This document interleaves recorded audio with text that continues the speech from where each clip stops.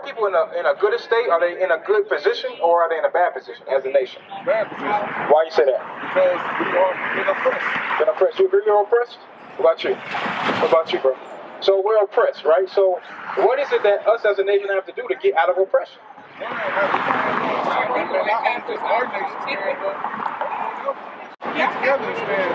Okay, so let me ask you this. Well, read this verse, Isaiah 1 and 3. Read that. Isaiah chapter 1 and verse 3. The ox knoweth his owner, and the ass his master's crib. So are y'all familiar with the animal? It's an ox and an ass. Y'all familiar with that? These are animals that are used to do labor, right? So an ox is a very dumb animal, and so is an ass. But he said an ox knows his owner. So an ox knows who owns him, who feeds him. And an ass, he understands his master's crib, where he belongs, where he's supposed to be at. But go ahead. But Israel. But who? But Israel. Y'all know who Israel is? Israelites. Y'all heard of the Israelites before? Who are they? They're God's chosen people. So he said Israel does not. So just keep reading. But Israel does not know. So he's saying that an ox knows his owner, an ass knows where he comes from, but Israel does not know who he is. That nation does not know who they are. So what nation on this earth can I look at and say, these people don't know who they are?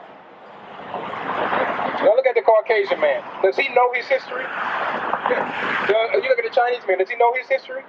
You look at the Arab man. Does he know his history? Does he have his own land? Caucasian man has his own land? Chinese man got his own land? Okay, what about the black man? What about the Hispanic man? Hispanic man don't know who he is either. Because that same name that the Hispanics are given. You got Puerto Ricans, you got Dominicans, Guatemalans. These are all people that got brought to these lands in slavery. Understand that these names they received were through slavery. So he said, read that bottom part again. But Israel does not know. My people does not consider. So he said God's people, or the Israelites, do not consider it. Because we walk around these streets as if everything is good. As if this is normal. I asked the brother down the street, are you okay with our conditions? He said, yeah, I'm good. He's 16. So as he gets older, he's going to stay in these communities. And what happens as you get caught up in our neighborhoods? What tends to happen to our youth?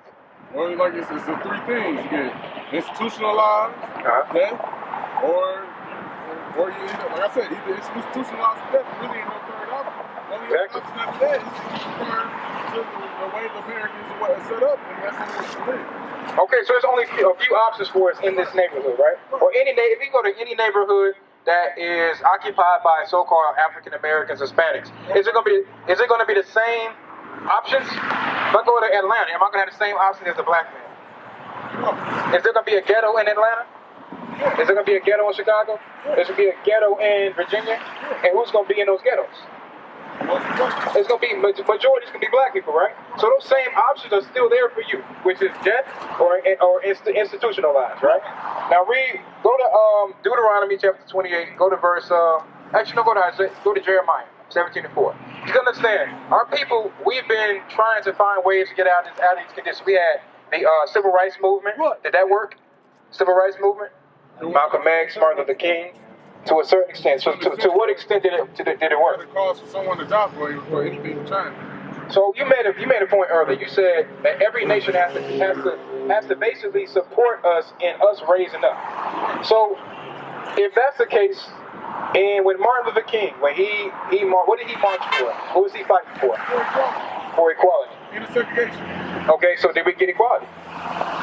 Not the way that we would like it. Equality is very black and white. Yeah.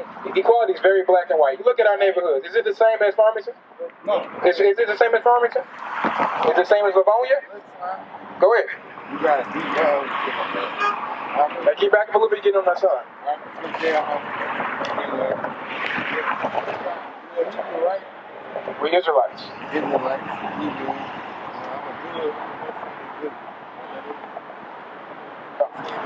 I've heard of it. Okay. But I don't want to get off topic. Will you take me off topic? Alright, so we're gonna keep moving. So we're talking about Martin Luther King, we're talking about Malcolm X. My brother about to take off with the pick in your head. Put the pick in your head, my brother. Let me ask you this question. So you said Malcolm. You look at Malcolm X, you look at Martin Luther King, right? What did they do for our people? That's the question. What did Malcolm X, what did Martin Luther King do for our people? Now they did some good things for our people, but their objective was to end segregation, right? And make us equal. So are we equal? Technically, no. Technically, no. So did he achieve his goal? I can't say he fully achieved his goal, but I mean, getting to the point where people had to kill him to do something, he did something. Why did they want to kill him? They wanted to kill him because what a Psalms is. It's like Jesus Christ. Once you bring nations together as one, you can't stop unity. You're saying some good stuff, but I want to show you something. Because Martin Luther King specifically, he was all about bringing everybody together, right? So now I can go to school with a white man. I can go to school with a Chinese man. I can go to anywhere with a white man, right?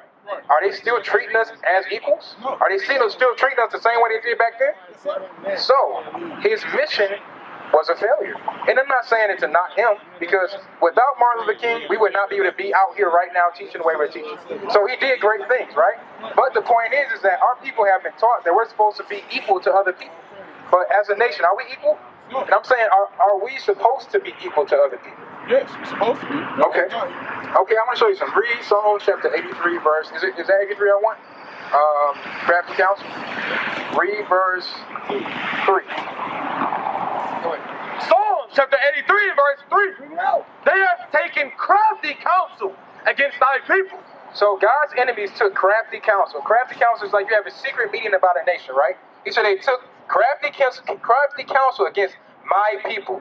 If you notice, we read a few verses already, and God's saying my people. Is that possessive? That's a possessive term, right? Right. He's being very specific. He said my people. That means that there's some people that's not his, right? That's right. Read on. They have taken crafty counsel against thy people, and consulted against thy hidden ones. They have said, come, and let us cut them off from being a nation. So he said they took crafty counsel to do what? To cut his people off from being a nation. So when I ask multiple people different questions, some people say I'm black, some people say I'm Baptist, some people say I'm colored, some people say I'm African American. He said he cut them off from being a nation, because I shouldn't get a different answer from anybody out here, because we're the same people. You see what I'm saying? But when I look on this sign right here, all these people say these different names. I might talk to a Haitian, he said I'm Haitian. Or Puerto Rican, he says Puerto Rican. Or I say I'm black, or I say I'm African American. But we're the same people. Right. But these nations had came together and they cut us off from being a nation. Bring it out. But go to Deuteronomy chapter 7 verse 6. I want to show you something because you. I want to tell you something. What's going on? What's up? That's good. All right, bro. So, no, you good, bro. So, I understand, but I'm trying to teach the people. So, but the point is, you said that our people are supposed to be equal to everybody. You think that we should be equal? You think we should be equal, sis? What about you, bro, back here? You think our people should be equal? We are the true people. So at the end of the day, like you about to say, like when it comes down to it, we are the ones. We are the chosen ones. The 12 people, the 12 tribes. Hey, now I don't want y'all to leave without hearing this. All right? This is very important. It's like I would say, like the people, the Israelites and the Hebrews, we are the true judges at the end of the day. So honestly, okay, we can't be. All right. So read that 7 and 6. Deuteronomy chapter 7 and verse 6. But thou art a holy people. So do you know who's being spoken to right here? This is Moses speaking to the Israelites right now. Because remember, when Moses, what is Moses famous for? Parting the Red Sea. Who did he lead through the Red Sea? The other Pharaoh's wings. Thor. He claims to land of milk and honey. You know who it is? I can't think of it right now. Who did Moses take through the Red Sea? You know?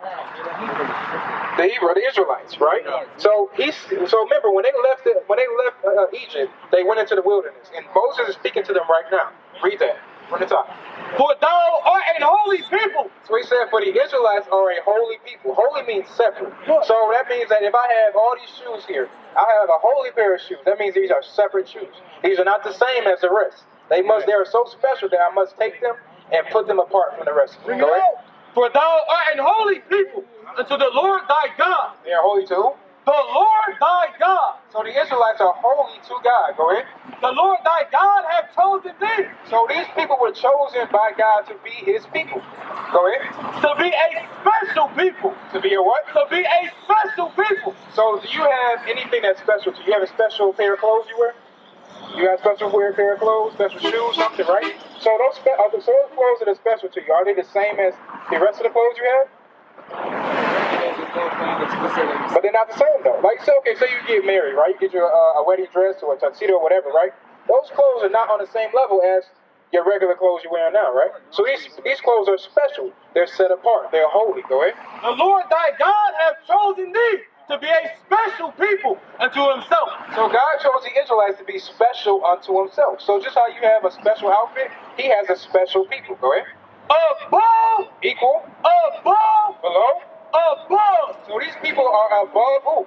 Above all people. So he made this nation to be above all people. That's right. Above all people that are upon the face of the earth. So what's your name? Malik. So what does that mean? He said above all people upon the face of the earth. What does that mean? What does the word above mean? Over, above, better. It's like saying that LeBron's shooting accuracy is above Steph Curry's. It means it's better, right? A lot of times we're taught as a nation not to think of ourselves as better than somebody else.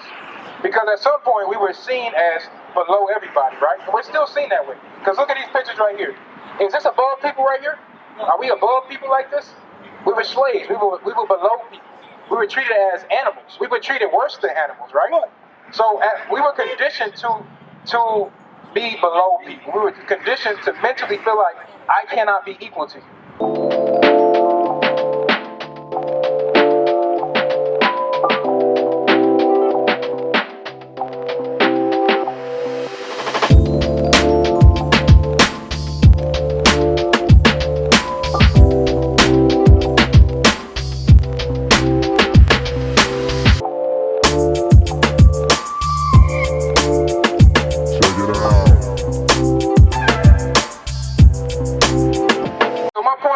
To bring out with that is that God shows us that we're above all people. He says the nation of Israel. So y'all may not know who the Israelites are. Are y'all familiar with them as far as who they are today? Or do they still exist? Do the Israelites still exist? Yes, still exist. Bloodlines doesn't change. So who are they? I'll say, you and I. You and I. How do you know? Well, so how do I know? Because, every day I wake up, go to Amos 3:1. Doing everything that is going around on this earth. And I still labor, still on top, and still going to sleep on. A lot of people do that. So, who do you say they are? Who do you say the Israelites are today? What about you, sis? And I want y'all to agree. If y'all don't see it, don't say you see it. Because this is the thing. I've read many different things to show you that. He said that his people don't know who they are today. He said these people will have their nationality taken from them. So read Amos chapter 3. Because, let me ask you this. Why is it that our people are catching the most hell on this earth? What? Why is let's say we are the Israelites, right? If we're the Israelites, why are we in the worst conditions? Why do we have the worst hoods, the worst education, the worst worst education, worst religions, worst everything, right? Why do we have the worst things if we're supposed to be above all people? Because it's like the art of war. If you see that your opponent has something better than you, and you can tell that you can't, if you got something like intellect over them, you might as well try to keep them exactly where they at. So if you have God on your side, right? God can do anything He want to do, right? So why would God allow His chosen people to be below other people? Why would He allow them to be oppressed by another people?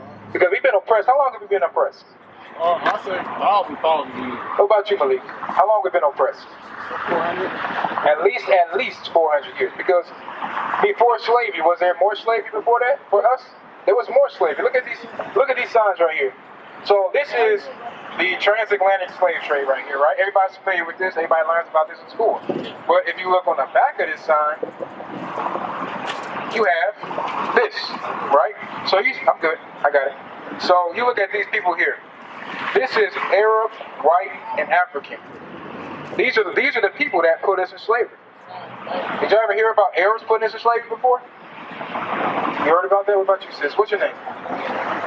Can't hear you. Imani, okay. So, have you ever heard of the Arabs putting us in slavery? You've heard of the white man putting us in slavery, right? Everybody heard about that. What about the African? You heard about that? Right? Right, but there was, and this is the thing. We've been oppressed for a long time. But the question still comes back is, why is it that if we're God's chosen people, we're supposed to be special, why is it that we're still being oppressed?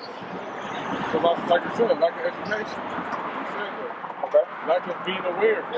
Lack of knowing what's going on. Or even why would God allow us to be enslaved? If he chose us to be special, and some people got special children, their favorite kids, why would they let that child be oppressed? God gave us all free will. It's up to our will to do what we want to do in this will, right? Okay, you getting on, you smart. This is a smart brother, man. I was raised in church all my life. All right. What'd you say, Malik? You're not sure? What about you, sis? You're not sure? That's okay. So we put this down. All right, so let's read Amos chapter 3. It's going to answer that question for you because, know it or not, we are the Israelites according to the Bible. That's who we are. And it's going to show us exactly why we're being oppressed today. Because we've been going up and down these streets generation after generation, not understanding why we're still killing each other. Why we still think it's okay to steal from each other. Why we think it's okay to sleep with our sisters and not marry them. Why we think it's okay to have baby mamas and baby daddies. We don't understand that yet because we have not understood the Bible yet. Amos chapter 3 verse 1. Hear this word that the Lord has spoken against you, O children of Israel. Who is he speaking to?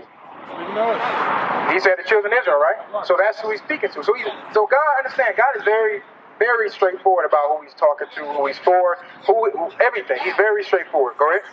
Against the whole family which I brought up from the land of Egypt. So that answers the question earlier. He said these are the people, the children of Israel are the people he brought up from the land of Egypt. Go ahead. Saying, you only, go ahead. You only have I known of all the families of the earth. What does that mean? Who are all the families? What does it mean when he says all the families of the earth? So he said, you only have I known of all the families, meaning every nation on this earth, anybody outside of the nation of Israel, I don't know them. I only know the children of Israel. Go ahead. Is there more? Yes, sir. You only have I known of all the families of the earth. Therefore, I will punish you. So therefore means because. So he said, because I've only known you. Read it from the top. Therefore, I will punish you for all your iniquities. So, based upon what we read, why is it that we're still being oppressed? Did you catch what he said? Read one more time for him. You only have I known of all the families of the earth. Therefore, I will punish you for all your iniquities. Did you catch it? So he said, just read it for me one more time, and I'm going to explain it. Go ahead. You only have I known of all the families of the earth. So the children of Israel are the only people he's known out of all the families of the earth. What? Because he created 18 nations, right? So out of all 18 nations, he chose one nation, which is the so-called blacks, Hispanics, and Native Americans. That's one nation. Go ahead. Therefore. So therefore, meaning because I only know you, because of that, go ahead. I will punish you for all your iniquities. So he's saying, because I've chosen you to be my chosen people, because you're my chosen people, I'm only going to punish you for your iniquities. What are iniquities? Basically, it's like I said. It is exactly what it is. So he said, because I've only known you, I will punish you for your sins. So that answers the question. Why is it that we're still being oppressed if we're supposed to be God's chosen people? Because we're still in sin. We used to scream black power while heroin was pushed. But at the end of the day, nothing's in vain. IUIC has been given a vision. The tents of Judah has risen. Many has attempted the mission. Minor murmuring, omitting, and missing the mark. Just reading that he had the flame of fire in his eyes gave us the spark. We on Paul's mission. We out on the road, purple and gold.